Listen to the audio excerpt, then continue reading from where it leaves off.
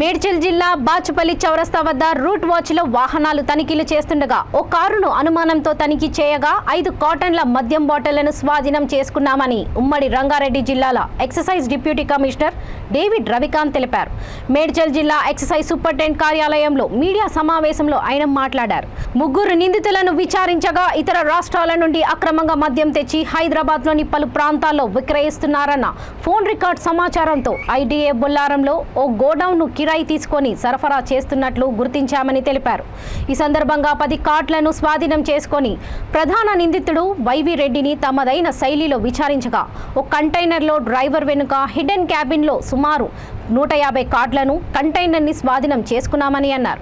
అక్రమ మద్యం సరఫరా చేస్తూ రాష్ట్రానికి ఆదాయానికి గండి కొడుతున్న మొత్తం 7గురిని అరెస్ట్ చేయగా మరో 3 పరారీలో ఉన్నారని అన్నారు. పట్టుకున్న మద్యం విలువ 40 లక్షలు, వాహనాల విలువ మొత్తం కలిపి 60 లక్షలు ఉంటాయని వివరించారు. విలేకరుల సమావేశంలో excise superintendent Vijay Bhaskar, task force మసహదేవ్, కుత్బుల్లాపూర్ ఎక్సైజ్ సిఐ యాదయ్య ఇతర సిబ్బంది పాల్గొన్నారు.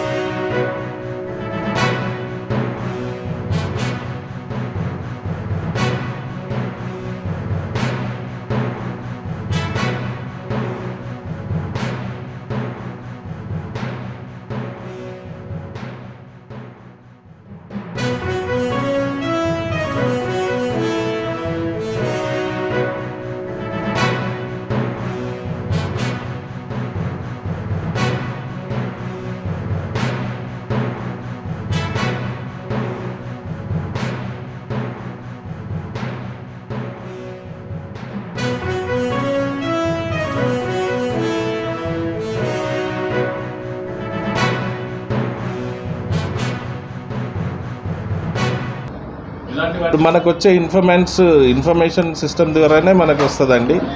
దీని ద్వారా నేను కూడా అప్పీల్ చేయదలుచుకున్నది ఏంటంటే ప్రజలకందరికీ మీకు దృష్టికి ఏదన్నా వస్తే ఇమీడియట్గా డిపార్ట్మెంట్ రియాక్ట్ అవ్వడానికి రెడీగా ఉంది. ఎందుకంటే గవర్నమెంట్కి రావాల్సినటువంటి ఏదైతే రెవెన్యూ ఉంటుందో దీని ద్వారా గవర్నమెంట్కి రావాల్సినటువంటి రెవెన్యూ పడిపోద్ది. అండ్ సైమల్టేనియస్గా ఎక్సైజ్ డిపార్ట్మెంట్ యాక్షన్ డెఫినెట్గా తీసుకోవడానికి ఉంది. ఒక 6-7 టీమ్స్ దీని మీదనే ఉన్నాయి.